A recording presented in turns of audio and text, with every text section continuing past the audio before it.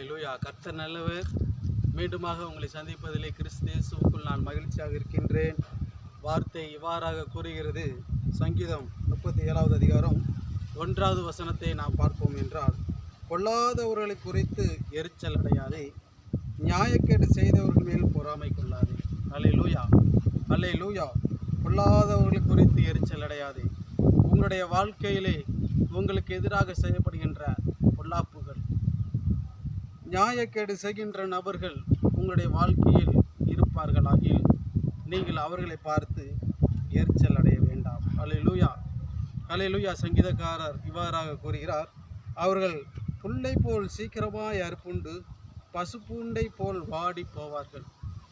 காலையில் ஒரு புல் எப்படி பச்சையாக வரும்பொழுது செழிப்பாக இருக்கிறது, அதே போல் உங்களுக்கு எதிராக செய்கின்ற காரியங்கள், உங்களுக்கு எதிராக பேசப்படுகின்ற காரியங்கள் ஓங்கி இருக்கிறதா, நீங்கள் பயப்பட வேண்டாம். நீதியின் சூரியன் இயேசு கிறிஸ்து நம்முடைய வாழ்க்கையிலே நீதியின் சூரியனாக வரும்பொழுது அந்த புல் வாடி போகும், அந்த பூண்டு செடிகள் எல்லாம் கருகி போகும். அல்லேலூயா. நீங்கள் மாத்திரம் தேவனையே நோக்கி அமர்ந்திருக்க வேண்டும், பொறாமை கொள்ளாமல் இருக்க வேண்டும். வார்த்தை இவ்வாறாக கூறுகிறது, உன் வழியை கர்த்தருக்கு ஒப்புவித்து அவர் மேல் நம்பிக்கையாயிரு, அவரே காரியத்தை வாய்க்க பண்ணுவார். உங்களுடைய வேலை ஸ்தலங்களிலே, தொழில்களிலே நீங்கள் உண்மையாக இருக்கும் பொழுது உங்களுக்கு எதிராக செய்யப்படுகின்ற காரியங்கள் நிமித்தம் நீங்கள் சோர்ந்து போய் இருக்கிறீர்களா?